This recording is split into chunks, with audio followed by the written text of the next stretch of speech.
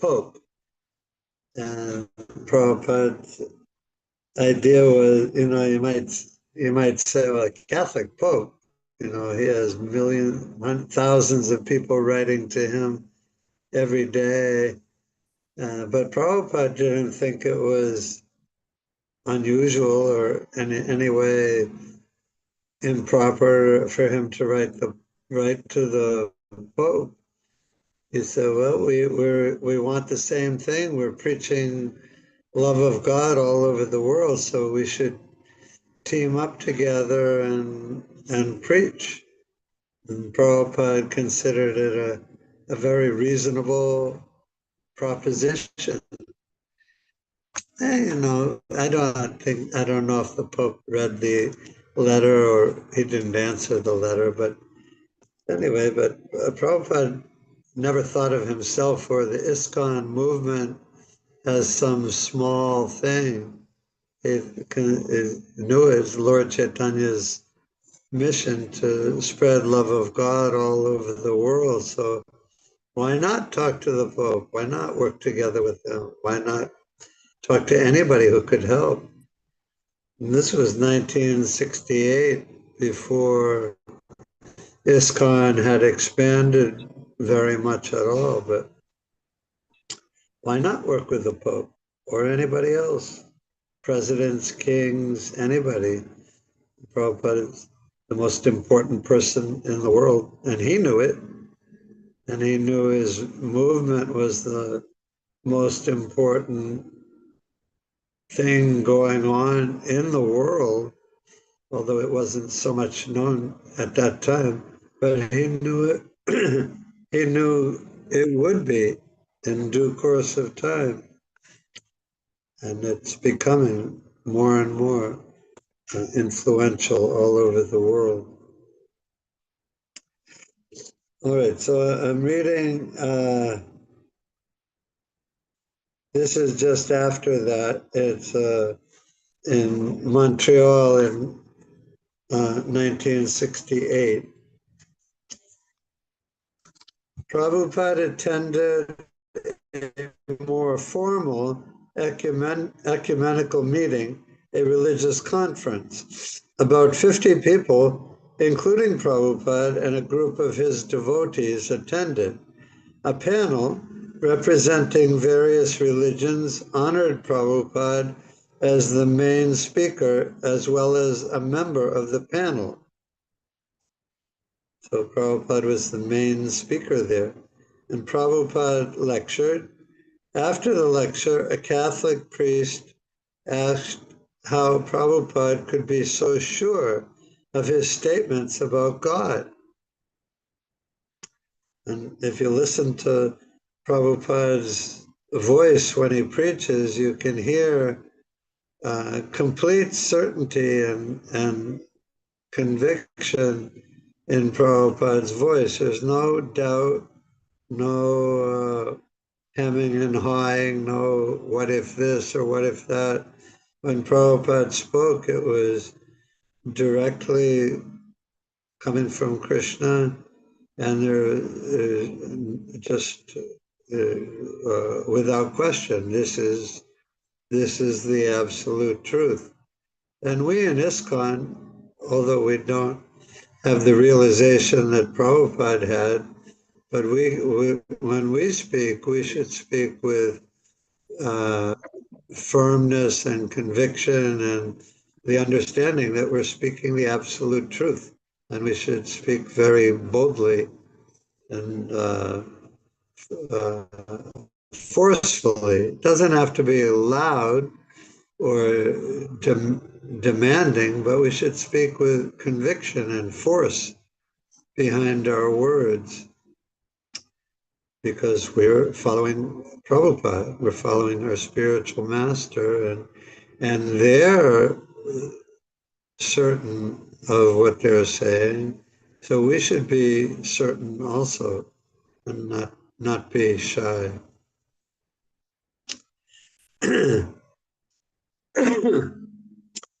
Let's see. After the lecture, a Catholic priest asked how Prabhupada could be so sure of his statements about God. Prabhupada said, why not? What is the difficulty? I have consciousness. There is God. Now I have forgotten him. I have to revive my consciousness of God. What is difficult in knowing that much? The questioners were not his submissive young disciples, and this was not Prabhupada relaxed and sitting back on a pillow in his room. He was alert, logical, and very sociable. But some of the panel were not satisfied with his presentation. The moderator took up their cause. Moderator speaking, are you saying that you are perfect? It's a challenge. Prabhupada said, I am imperfect, that's all right, but I know what is perfection. Of course, Prabhupada is perfect, but when he spoke, he presented himself as another fallen soul, but of course he knew Krishna, always knows Krishna directly, and he said, okay, I am imperfect, that's all right, but I know what is perfection. Moderator speaking, but I cannot see that. Prabhupada's disciples laughed at this, and Prabhupada turned to reprimand them. Don't laugh. Then returning to his debate with the moderator, therefore you are here, and try to follow Prabhupada's logic and reasoning. Prabhupada was a supreme consciousness in whatever way was required. If he was talking with his disciples, then he would speak just very authoritatively, and because he knew they were submissive and would accept what he said.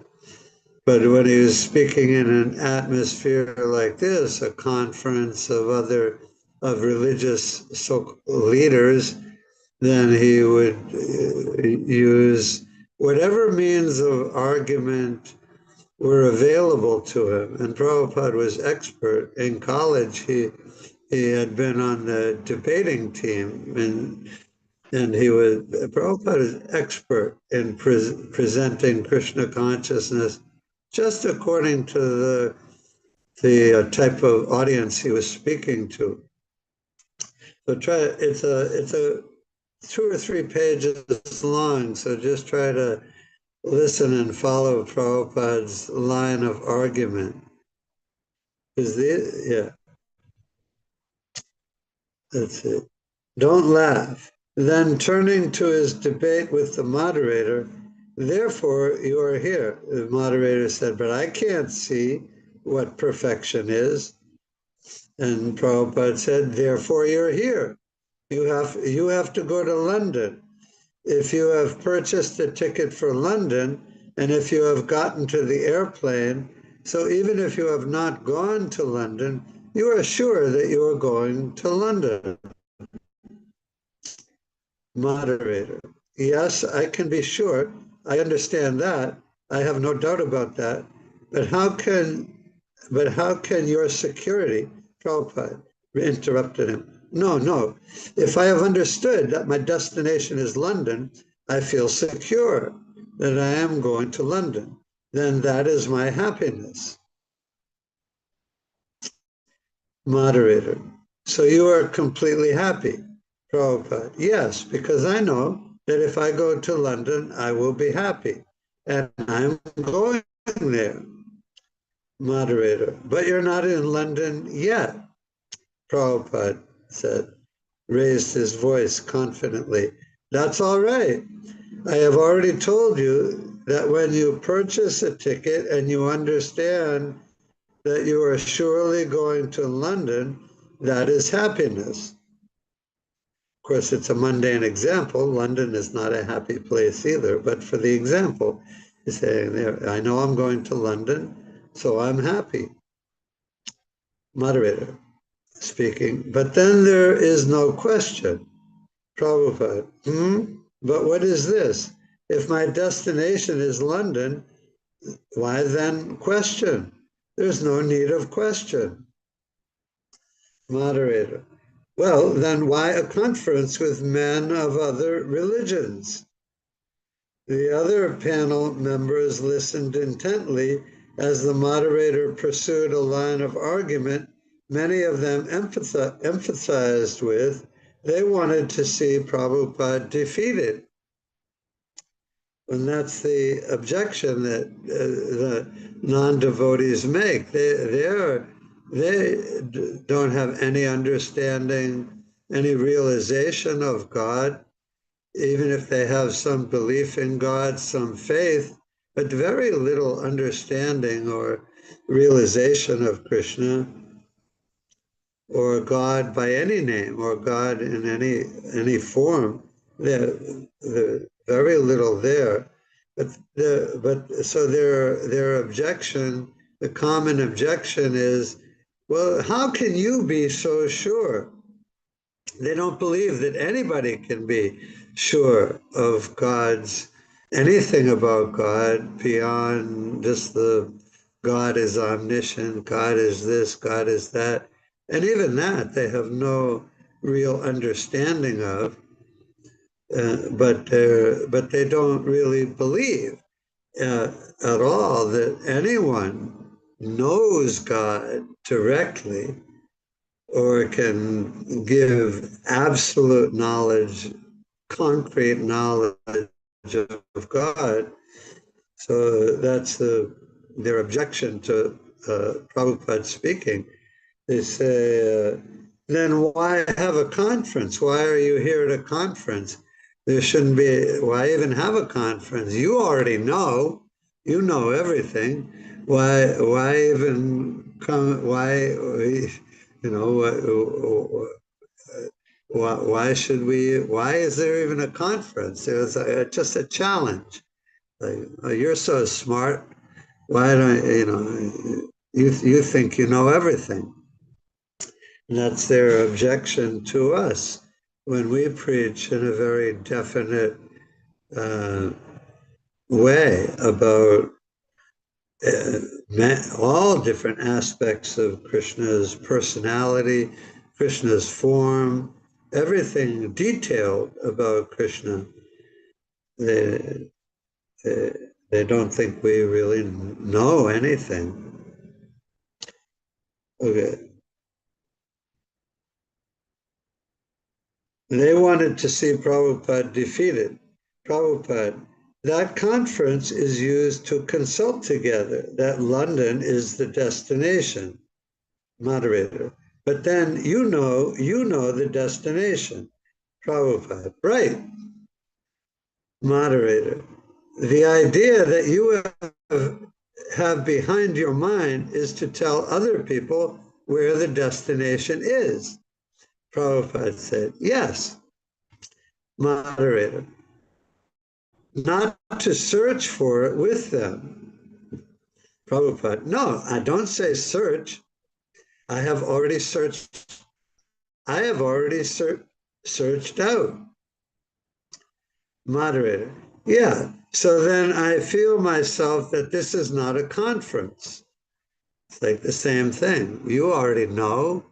You're so smart. And we came here to search for God. And you just came here to tell us where God is. So you don't really, you're not one of us. We're searching for God. And but Prabhupada, he always said, no, we don't have to search for God. Krishna reveals himself in the Bhagavad Gita. Krishna reveals himself in all the Vedic literatures, and Krishna reveals himself to some extent in the Bible, Old and New Testament, in the Quran. Prabhupada recites the Old and New Testament and the Quran in one purport. In the Chaitanya Charitamrita, he calls their Shastra, he calls them Yavana Shastras. So, but they're Shastra, they give some knowledge of God. But the Vedic tradition gives complete knowledge of Krishna in his personal form. So anyway, so the idea that you have behind your mind is to tell us, other people, where the destination is. And Prabhupada just said, yeah, that's right. I'm not here not to search for it with them. And Prabhupada said, no, I don't say search. I've already searched out. Moderator, yeah, so then I feel myself that this is not a conference. And after all, Prabhupada was the main speaker at this particular ecumenical conference. It's meant to search for God. Prabhupada, then if I have got some good news to tell you, it is not conference. Prabhupada's disciples burst into laughter despite themselves. This time, Prabhupada did not check them. He was too busy, too alert with the debate, as several persons started talking at once.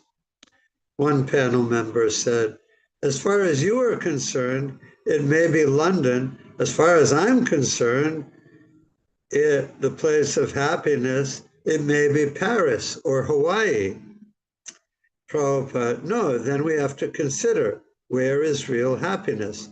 Whether it is in Hawaii or in Paris or moderator, but if you are not willing to concede, the moderator could not help becoming accusative in his tone, that if you're not willing to concede that it's not London, and if I say I'm not going to that place, Prabhupada, that is going on. There are innumerable planets, and in the Bhagavad Gita it is said, Yanti Deva Vrata Devan Pitrin Yanti Pratir Vrataha. So if you think that London is not good for you, Paris is good for you, then it is good for you. So Prabhupada says, okay, you don't want to go to London, you don't want to go back to Krishna and Goloka Vrindavan. Okay, Krishna says, then you can go to the planets of the ancestors, or you can go to the planets of the demigods. You can go to other places if you think that's where you'll be happy. Let's see. Paris, then it is good for you. Another panel member with a German accent said, well, therefore, conference is all useless.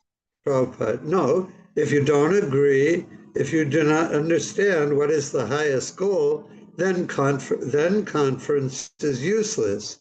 If you keep yourself to the understanding where you are, then there is no need of conference. But if you don't want to learn anything, if you don't want to learn from me, then yeah, well, I have a conference. But I'm here to tell you something very important that you don't know, something crucial, and you don't know it. So that's why we need this conference, so I can convince you.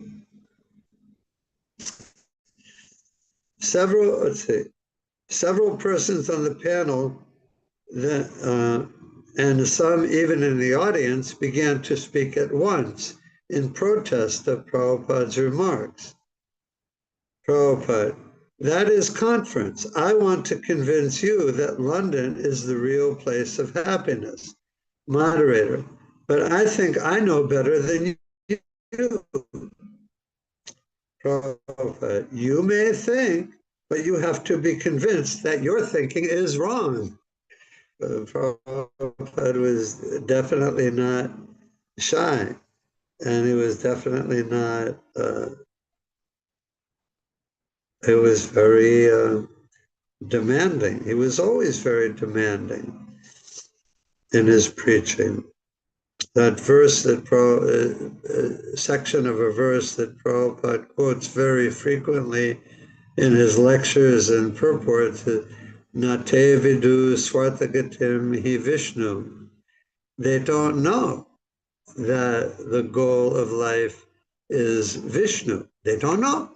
It's like let's say you're playing in a football game and you don't know that the goal of the game is to shoot the ball into the goal. And maybe you're just running around, kicking the ball or doing whatever. You're just running around. You don't know the idea is to put the ball in the goal. So if somebody tells you what the goal of the game is, what the idea is, then you can play the game. But you don't even know what the purpose is.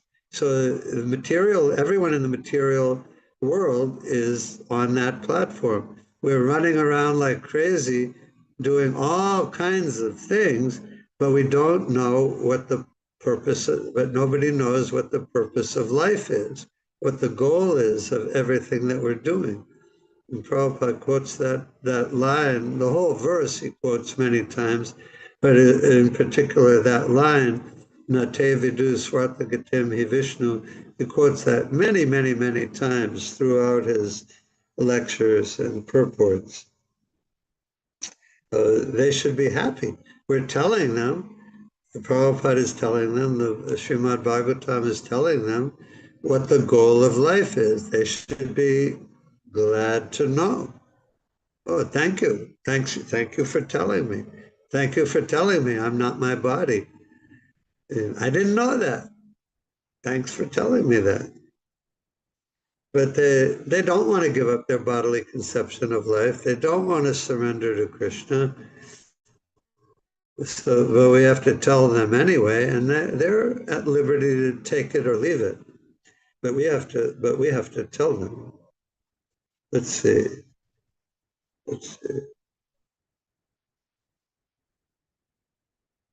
Yeah, I forgot where I was. You may think, but you have to be convinced that your thinking is wrong. And people don't like to be told that their thinking is wrong. Nobody likes to hear that. A person comes to lecture at your school or anywhere, and they say, you present something, and they say, no, you're wrong. And nobody likes to be told that, but we have to be told that. Moderator. Or maybe I can convince you that your thinking is wrong. Prabhupada. That's all right. Therefore, conference is required. Prabhupada began to laugh. Finally, everyone laughed, and the tension that had been building to animosity relaxed. But the formal order of the conference had been lost, and now everyone began to speak at once. So Prabhupada also, he was very expert in creating attention, not attention, but tension in a situation, but he also was very expert at relieving the tension in a situation, as he did here. And Prabhupada began to laugh. And when Prabhupada laughed, he was very disarming and very sweet and gentle. So finally, so everyone laughed. The moderator said, coming back to the moderator, excuse me, Swamiji, but the time is running out. Prabhupada, yes, moderator. And I would like to thank you very much for coming.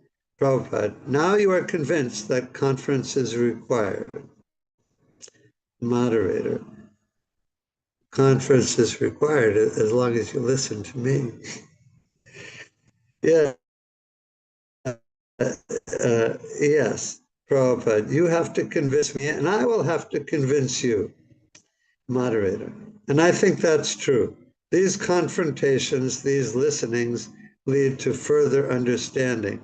So Prabhupada, at that point, he took the pressure off. He said, like, you listen to me, I'm telling you, your thinking is wrong. But then the tension, he eased the tension, and the moderator said, yes, I think that's true. These confrontations, these listenings lead to further understanding. So obviously he wasn't surrendering to Prabhupada, but he was still, in his mind, he's still thinking, okay, I'll listen to you, but I don't have to take you seriously. He's people don't give up that easily usually. So especially like a religious leader or a moderator at a conference like that, they may be defeated and they may know in their heart that they were defeated, but it's not that they're going to immediately agree, okay, now I'm a disciple and a soul surrendered unto you. Please instruct me. They're not going to be like Arjuna in the chariot in the battlefield of Kurukshetra, but at least he was forced, and everyone there was forced by Prabhupada's presence and his logic and his devotion, obvious devotion, that here, there's something really to think about here. You haven't convinced me because I'm stubborn, but I definitely have to take seriously what you said. And that's basically what we're after in any, like if you have a meeting in a dormitory or something of your college and interested students come and you give a presentation there. It's not like everyone's going to surrender and start chanting Hare Krishna immediately, but you give them something really serious to think about, and they will think about it when they go home or talking among themselves. They'll think about it because the absolute truth is very powerful. When people are faced with it, intelligent people with a reasonable mind, when they're faced with the absolute truth, they'll think, I really have to consider this seriously. And that's mostly what we're after in a situation like that. Of course, there are many times, like when Prabhupada lectured in 1968 or 69, I forget, at the college where Giriraj Swami went to school outside of Boston. He just went and heard one lecture from Prabhupada, and he immediately became a devotee, a disciple of Prabhupada. But that's unusual. But it will happen. It's happened many times, and it will happen. It will continue to happen with some people. But at least we have to make them think. Let's see.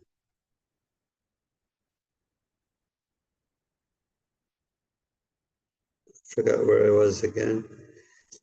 The program ended and the crowd began dispersing, talking among themselves, moving out into the summer evening.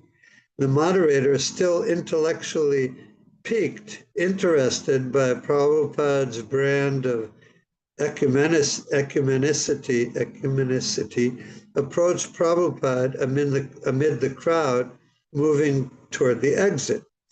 The question is, the young minister pursued, where should we go? If you believe that you must go to London, yet I believe very strongly I must go to India, and I am convinced that, at least for me, India is wonderful. Prabhupada, no, if you are convinced that going to India is good for you, at least he shifted from Hawaii or London to India. That's a step right there in itself. He's thinking of going to the land of Krishna. Let's see. Then you must accept that going to London is also nice. Minister, yes, but so may you also be convinced that India is better than London. Prabhupada, yes, if you can convince me. Minister, but if you believe that you cannot be convinced.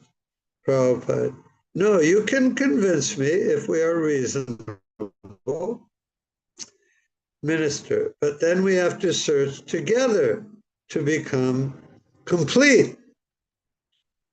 Prabhupada, no, my version is complete.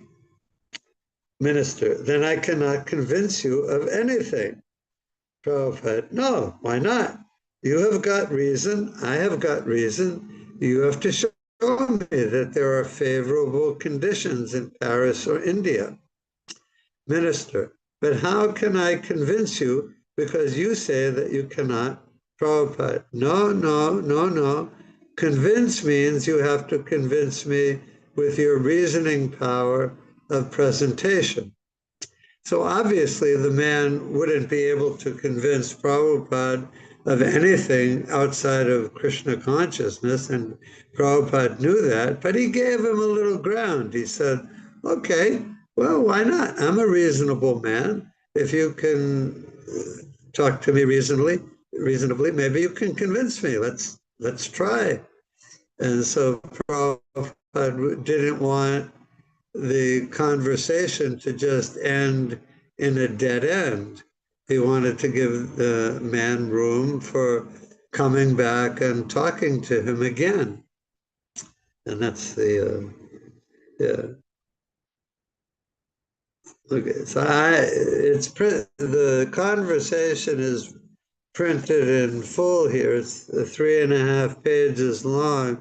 And Satyarup Maharaj included the whole thing in the Lilamrita because he wanted to demonstrate Prabhupada's, one of Prabhupada's methods of debate and argument and convincing people about the absolute nature of Krishna conscious philosophy. So I really like that, and if you can hear Prabhupada on different lectures and room conversations and interviews, arguing and convincing people in different ways about Krishna consciousness, and Prabhupada is just so clever, just so intelligent he knew exactly how to push everyone's buttons and instruct them in very clever, unique forms of argument and debate. And of course, he is always right. The Prabhupada talks about in the 60s in the United States, there was a book that came out. It was one of these self-help books that are so popular. They were back then. I think they're still very popular. This is how you live a healthy, successful life, and be mindful, and do this and do that, and self-help books. So there was one book that came out. The title of it was "I'm okay, you're okay." And Prabhupada said, no, we have to tell them, I'm okay, and you're not okay. And it's a fact. It's a fact. No one in the material world is okay. Everyone is suffering. No one is okay. Nate vidu swartagatim hi Vishnu. They don't know. They don't know they're not the body. They don't know anything. Okay, so I'm going to read a little more. If along the way somebody wants to talk or ask something, that's okay too. This is in August 1968, still in Montreal. Srila Prabhupada was in his room with several devotees. So Annapurna, one of his disciples, Prabhupada said, you have got some news? Annapurna was a young British girl. A few months previously, her father had written her from England that he might be able to provide a house if a group of devotees came to England. Yes, Annapurna replied. So what is our next program? Annapurna was reticently shy. Once before, when Prabhupada had asked her whether she chanted 16 rounds a day, she had blushed, stammered, and then on the verge of tears had said, some days I chant more than 16 rounds. She thought she was maybe doing something wrong.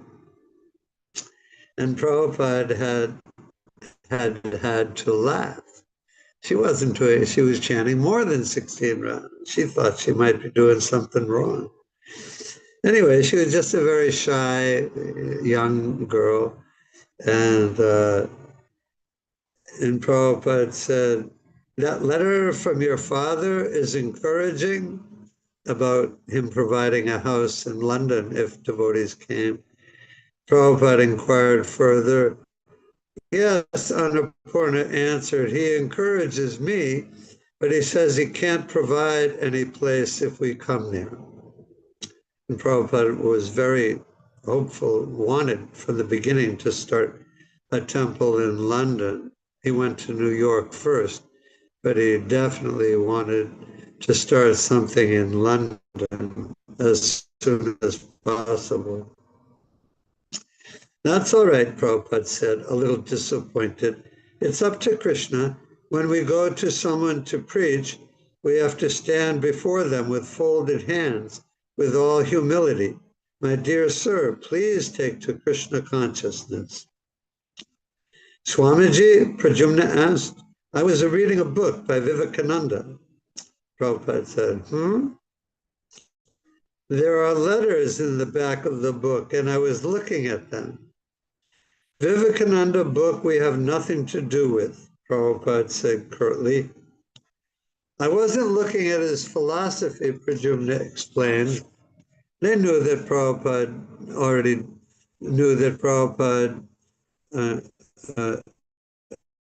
had told them that Vivekananda was, but Pradyumna was a very intellectual sort, so he was reading different things.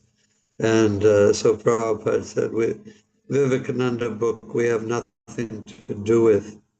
But Pradyumna goes on, he said, I was just looking at his techniques for when he was in America.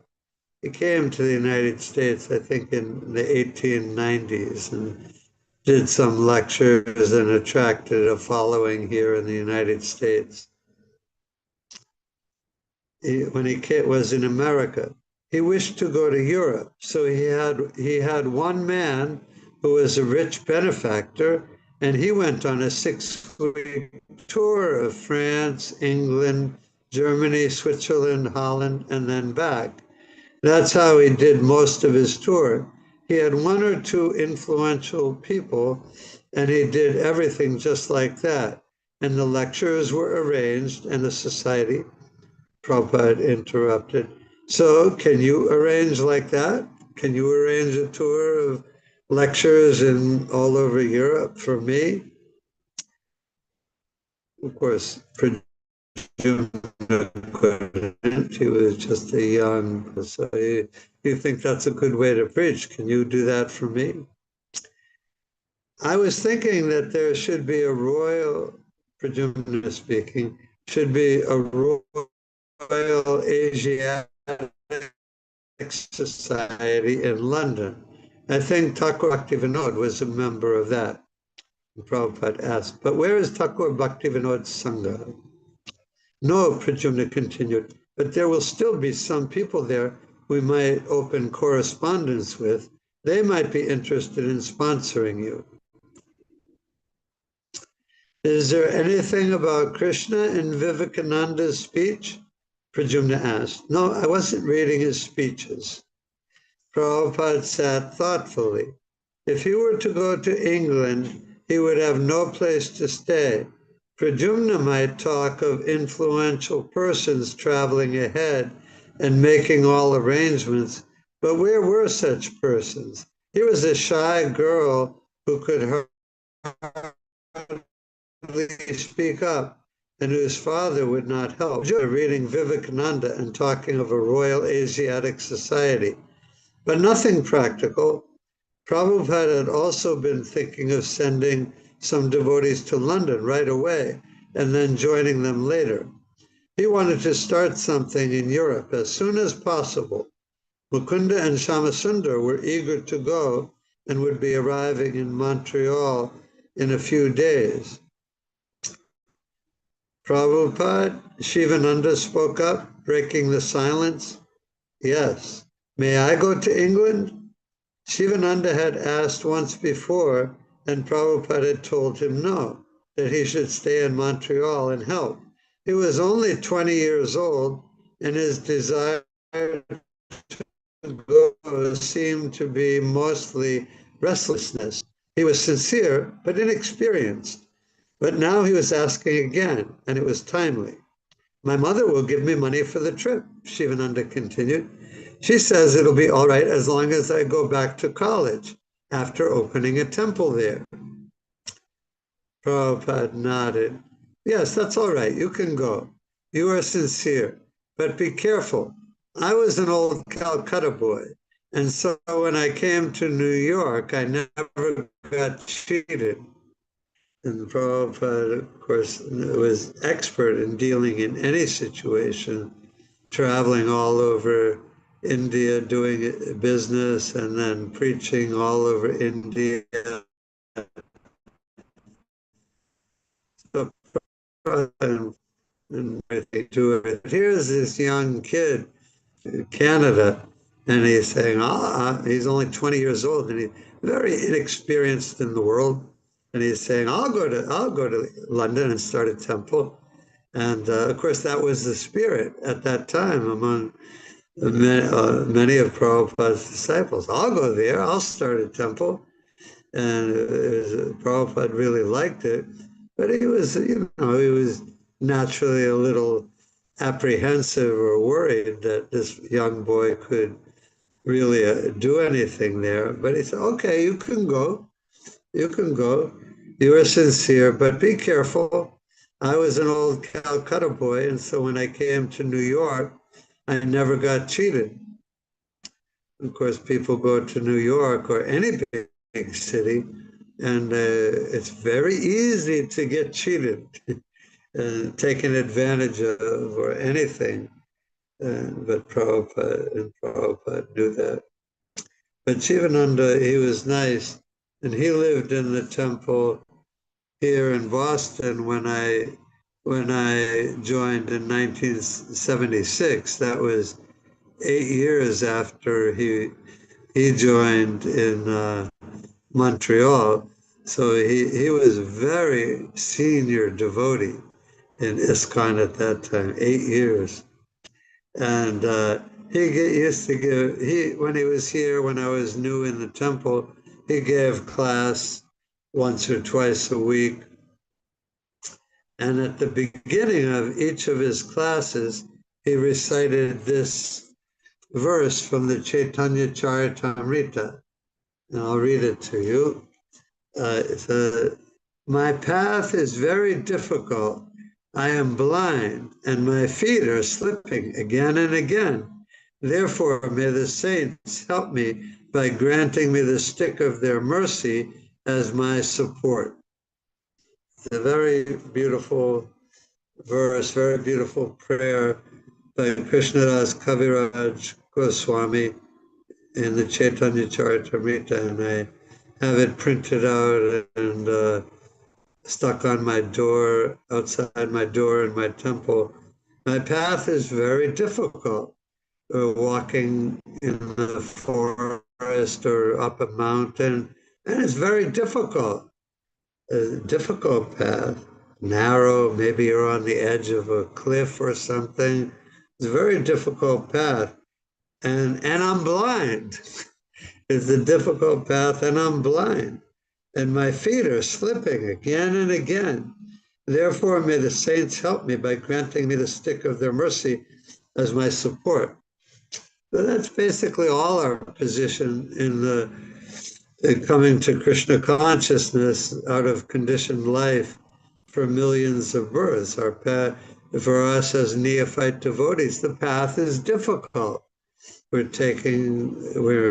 devotees at heart, but we've been away from Krishna for so long that it's difficult for us to come back and surrender to Krishna.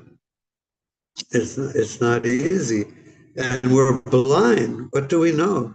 We're not blind if we follow Prabhupada and our spiritual master in disciplic succession, but we ourselves are mostly blind. We have some realization, but not so much. So mostly we're still blind and we're slipping and struggling again and again in our devotional life. Therefore, may the saints help me by granting me the stick of their mercy as my support. It's a very appropriate prayer for all of us. Let's see.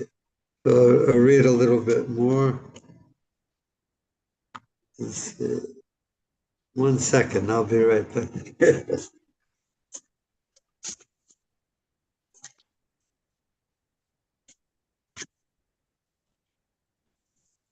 Yeah. So Prabhupada said, yeah, you can go, but be very careful so you won't get cheated. Prabhupada's spiritual master, Srila Bhaktisiddhanta Saraswati, had wanted to spread Krishna consciousness in Europe. He had sent his most experienced sannyasis, giving them financial support from India, but they had returned, accomplishing nothing. Perhaps these boys and girls could succeed where others had failed. Prabhupada felt it was possible. He knew it would be greatly please Srila Bhaktisiddhanta Saraswati. So when the disciples went to London and when Shivananda went to Europe, they had no support from the devotees and no financial support from the devotees in the United States or Canada. All the devotees went to these different places, and ISKCON, none of the temples had hardly any money, and they certainly couldn't support somebody going to another city or another country and sending money to them. But Prabhupada had faith that his disciples would be able to establish something in Europe, just as they had done in America. He gave the example that if someone finds a gourd lying on the ground and picks it up and finds a wire and picks that up, although the two parts in themselves are useless, if he puts them together with a stick to make a veena, he could play beautiful music. Similarly, Prabhupada had come and found some hippies lying here and there, and he himself had been rejected by the people in New York City. But by Krishna's grace, it had become a successful combination. If his disciples remained sincere and followed his orders, then they would be successful in Europe. And that's what happened. When the three married couples, Mukunda and Janaki, Shamasundar and Malati, and Gurudas and Yamuna, arrived in Montreal, they created a new enthusiasm in the temple.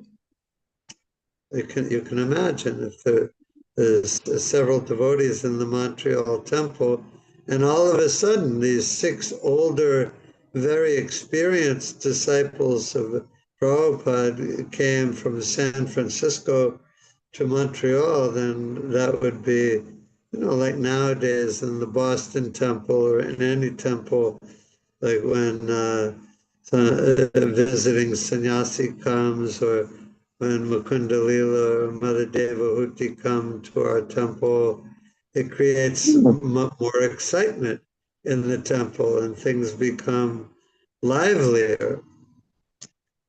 It's always nice here in the Boston Temple, but when we have visiting guests come, visiting preachers, then it creates more. So anyway, so they came to the Montreal Temple from San Francisco, and naturally there was a lot of excitement when they came.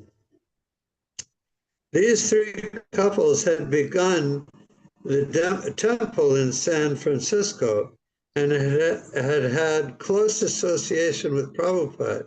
They had helped Prabhupada make kirtan, feasting, and Rath successful among the hippies of Haight-Ashbury. Haight-Ashbury is the street in San Francisco where the temple was. It was the center of hippie life in San Francisco at that time. And now they were eager to help Prabhupada bring Krishna consciousness to London. Very young and fired up, and they had a lot of Prabhupada's association, and they started that temple in San Francisco very successfully. Now they're like, okay, let's go to London. Let's start a temple there. It's the enthusiasm of the young, fired up, sincere, surrendered servants of Krishna. It was an emotional reunion. Janaki began crying, and Prabhupada patted her head, saying, "There's no need." When Prabhupada saw Saraswati, Shamasundar, and Malati's daughter, he said, "I dreamed of that child last night, that exact child." And he took the baby in his arms and gave her his garland. Prabhupada laughed. They will say, "What kind of sannyasi is he?" Talking to the young woman disciple and patting her on the head and holding her baby in his arms. And they're going to say, "Oh, what kind of sannyasi is he?" And he was criticized by many people in India as a sannyasi who was very revolutionary, to say the least.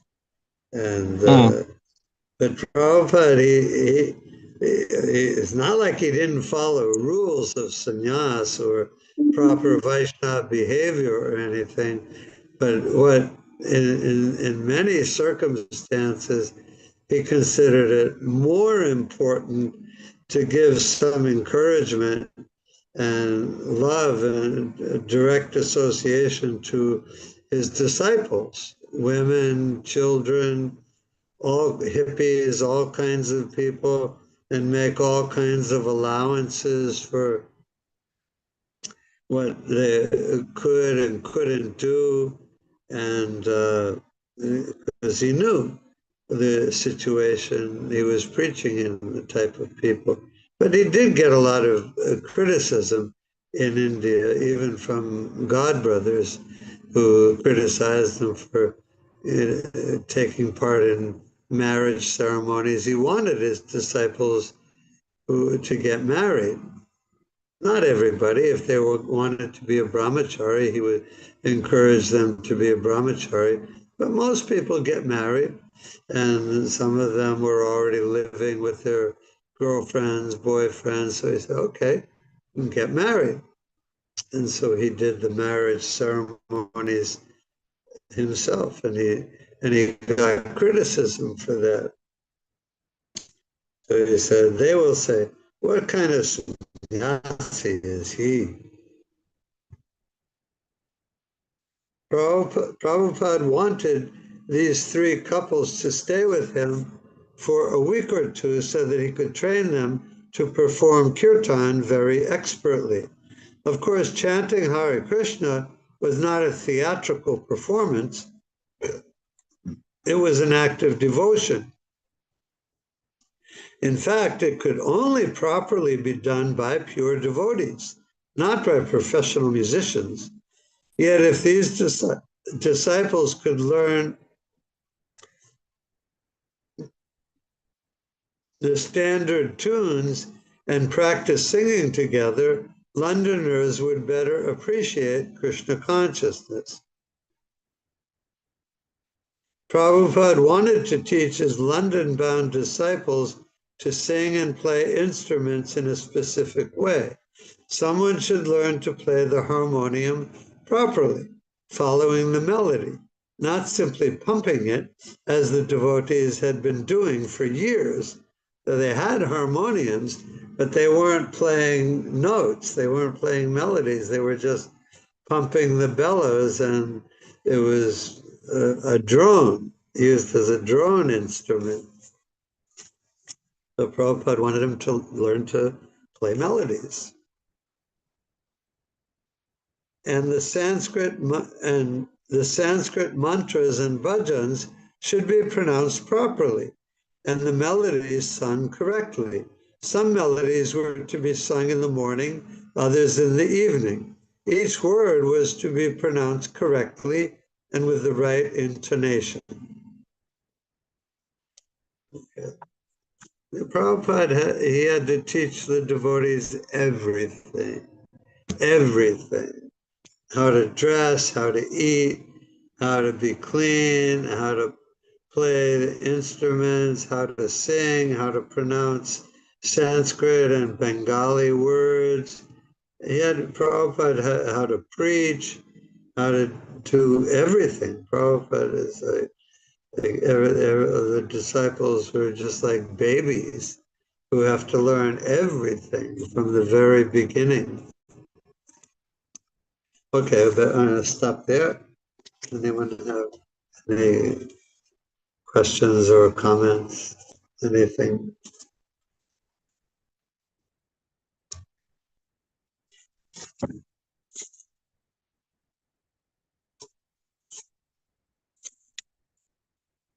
All right. So maybe next week again, or maybe the week after, we can do it again. Thank you so much for your enlightening association. Thank you for listening. So let us All right. thank His Grace Muktavandya Guru for blessing us by love chanting 3 times. Hribo! Haribol, Hribo! Haribol. Hare Krishna. Srila Prabhupada Hare ki Krishna. jai. Jai. Srila Prabhu ki jai. Hare. Thank you so much, Prabhu. Thank you, Mother Devahati. Hare Krishna. Hare Krishna. Hare Krishna today.